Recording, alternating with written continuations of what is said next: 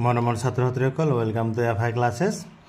আজিৰ এই ভিডিঅ'ত আমি ক্লাছ 12 2 নম্বৰ চেপ্টাৰৰ এক্সাৰসাইজৰ 2.10 আৰু 2.11 কুৱেশ্যনটোৰ সমাধান কৰিম।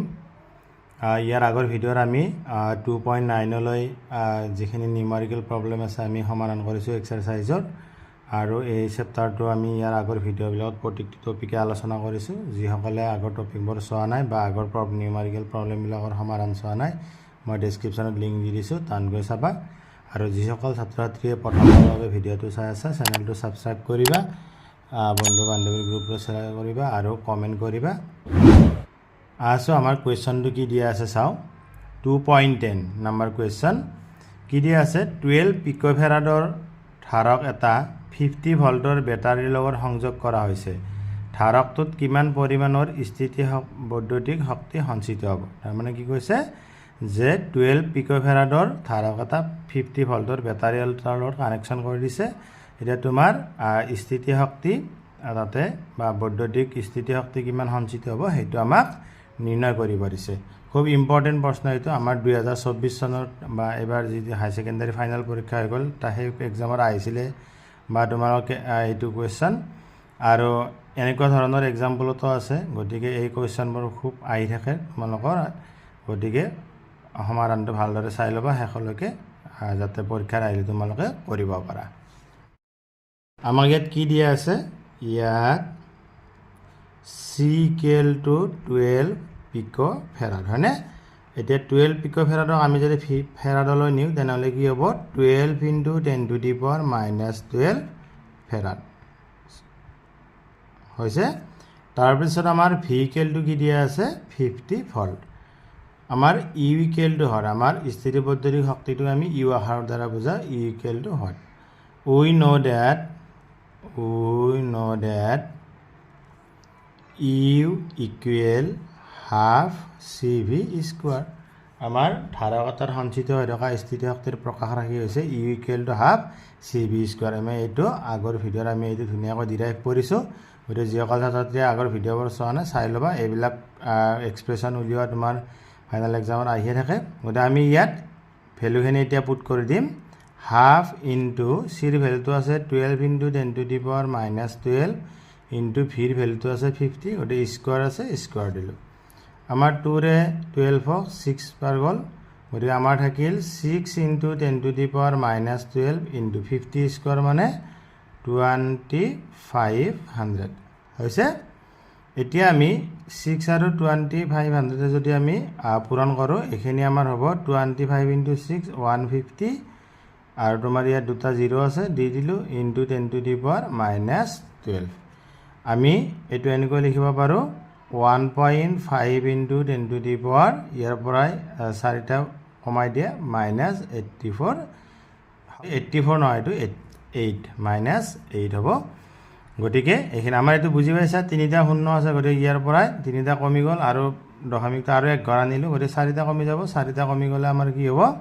12ৰ পৰা 4 গ'লে -8, -12ৰ পৰা 4 গ'লে -8 থাকিব। গতিকে এইটো হৈছে তোমাৰ এনচাৰ। অতি সহজ, গতিকে তোমালোকে ভালদৰে নোট কৰি লোৱা। এবাৰ আমাৰ 2.11 নম্বৰ কুৱেশ্যনটো কি আছে চোৱা। 600 পিকোফেৰাডৰ ধাৰকটো 200 ভল্টৰ উৎসেৰে আহিত কৰা হৈছে।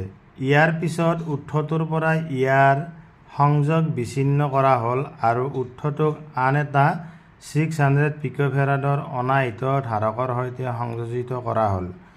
এই প্ৰক্ৰিয়াটোত কিমান পৰিমাণৰ স্থিতি বৈদ্যুতিক শক্তি অপচয় হ'ল? হৈছে কি কৈছে আমাৰ, যে প্ৰথমতে 600 পিকোফেৰাডৰ ধাৰক এটাৰ লগত তোমাৰ 200 ভল্টৰ উৎস এটাৰ কানেকশ্যন কৰিছে, বেটাৰী কৰি সেইটো আহিত কৰিছে। আকৌ তোমাৰ বেটাৰী কানেকশ্যনটো কি কৰিছে? বিচ্ছিন্ন কৰি দিছে, কাট অফ কৰি দি তোমাৰ আন এটা 600 পিকোফেৰাডৰ অনাহিত ধাৰক তাত কানেকশ্যন কৰি দিছে। এতিয়া তোমাক সুধিছে এই প্ৰক্ৰিয়াটোত কিমান পৰিমাণৰ স্থিতি বৈদ্যুতিক শক্তি অপচয় হৈছে, সেই কথাটো আমাক উলিয়াব দিছে। এইটো আমি কেনেকৈ সমাধান কৰিম চাবা। মই ইয়াত এটা বৰ্তনী আঁকিছোঁ যে আমাৰ এইটো এটা ধাৰক, এইটো আমাৰ দিয়া আছে 600 পিকোফেৰাড। এই ধাৰকটো আমাৰ কি কৰিছে? এটা 200 ভল্টৰ বেটাৰীৰ সৈতে সংযোগ কৰিছে। এতিয়া প্ৰথম হৈছে ইয়াৰ পিছত এই বেটাৰীটোৰ কানেকশ্যনটো তোমাৰ কি কৰিছে কেনচেল কৰি দিছে দি ইয়াত 600 পিকোফেৰাড এটা আছিলে আকৌ ইয়াক এটা 600 পিকোফেৰাডৰ ধাৰকতাৰ লগত সংযোগ কৰি দিছে এতিয়া তোমাক সুধিছে যে এই যিটো সংযোগ আছে বা সার্কিট আছে এই সার্কিটটোত তোমাৰ শক্তি কিমান অপচয় হৈছে তোমাৰ এই সংযোগ এই সাৰ্কিটটোত সেই কথাটো তোমাক উলিয়াব দিছে গতিকে আমি চোৱা প্ৰথম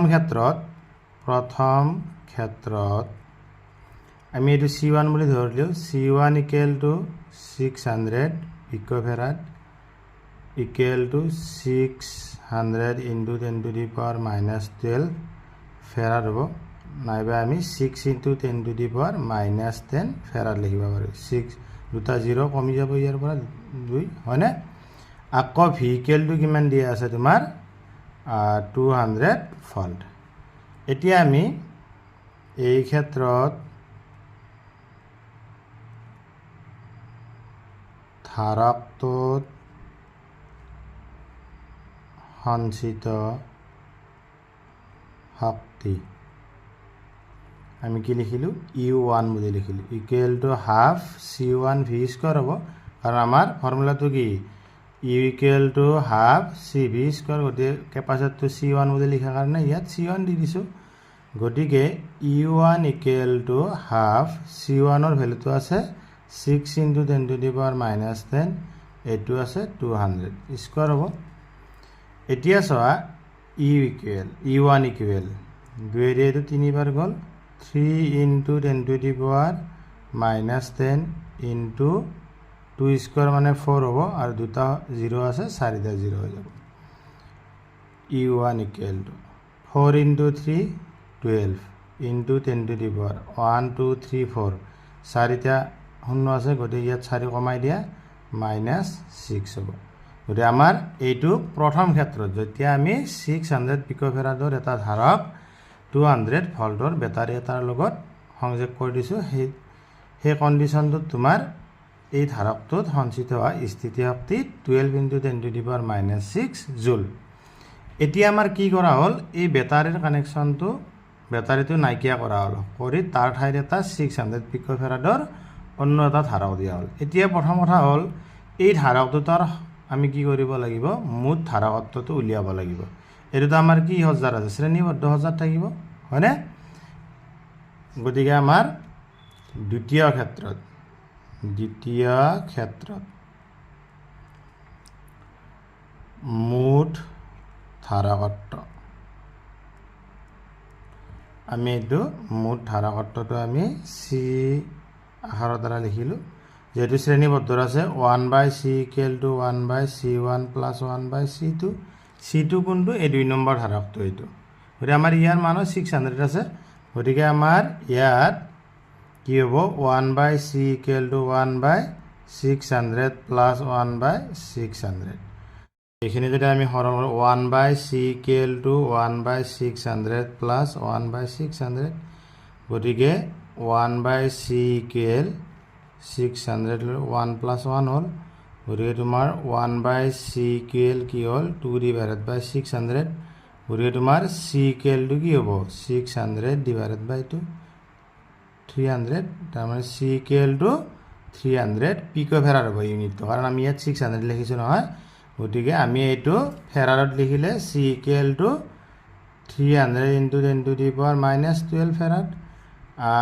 c ইকুৱেলটো 3 into 10 to the power -10 farad লিখিব পাৰোঁ দুটা 0 আছে গতিকে 2 কমাই দিলোঁ হৈছে এতিয়া তোমাৰ এই চোৱা আমাৰ মই বৰ্তমানটো ইয়াত আকৌ আঁকিছোঁ এনেকুৱাকৈ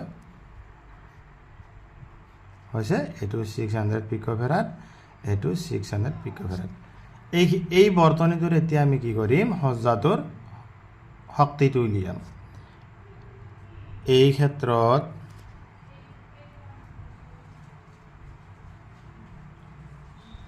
সঞ্চিত শক্তি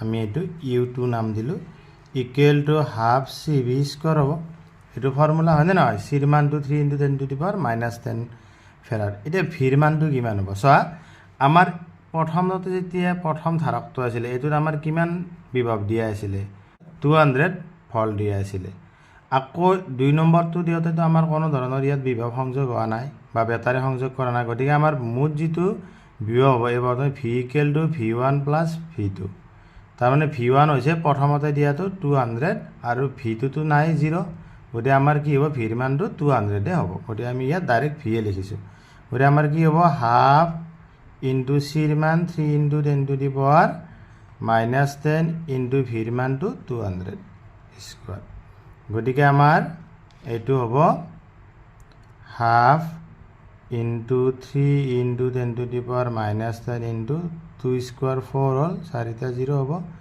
2 এৰি এইটো 2 বাৰ গ'ল 3 × 2 6 ইনটু 10⁻1 1 2 3 4টা 0 আছে গতিকে তোমাৰ কি হ'ব 4টা কমি যাব গ'লে 6 হ'ল ইয়াত জুল হ'ল হৈছে এইটো দ্বিতীয় ক্ষেত্ৰত এতিয়া আমাৰ অপচয় শক্তিটো কি হ'ব আমাৰ প্ৰথমটোৰ পৰা দ্বিতীয়খিনি মাইনাস কৰি দিলে হ'ল এতেকে তোমাৰ কি হ'ব প্ৰক্ৰিয়াটোত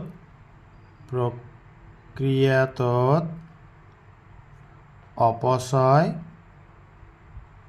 হোৱা শক্তি E = U1 - U2 U1 ৰ ভ্যালুটো আছিল আমাৰ কিমান 12 × 10⁻⁻6 মাইনাস এইটো আছে 6 × 10⁻⁻6 গতিকে 12 - 6 10 × 10⁻6 -6 কমন ল'লো 12 ৰ পৰা 6 গ'লে 6 × 10⁻⁻6 জুল গতিকে এইটো হৈছে তোমাৰ লাষ্ট যেটো কোৱেশ্চন আছে 2.11 সেই কোৱেশ্চনটোৰ সমাধান খুব ইম্পৰ্টেন্ট কোৱেশ্চন এক্সামত বাৰে বাৰে আহি থাকে গতিকে তোমালোকে নোট কৰি লোৱা বুজি পাইছা চাগে গতিকে কমেন্ট কৰিবা কেনে লাগিল ভিডিওটো চাই বস্তুখিনি বুজি পাইছা নে নাই আৰু যদি তোমালোকে বুজি পাইছা বন্ধু বান্ধৱীৰ গ্ৰুপলৈ শ্বেয়াৰ কৰি দিবা যাতে তেওঁলোকে এই বস্তুখিনি সমাধানখিনি পৰীক্ষাত আহিলে কৰিব পাৰে লগতে যিসকলে প্ৰথমবাৰৰ চেনেলটো চাই আছে ভিডিওটো সাবস্ক্ৰাইব কৰিবা লাইক কৰিবা কমেন্ট কৰিবা ইয়াৰ পিছত আমি নেক্সট এটা নতুন চেপ্টাৰ আৰম্ভ কৰিম নেক্সট ভিডিওৰ পৰা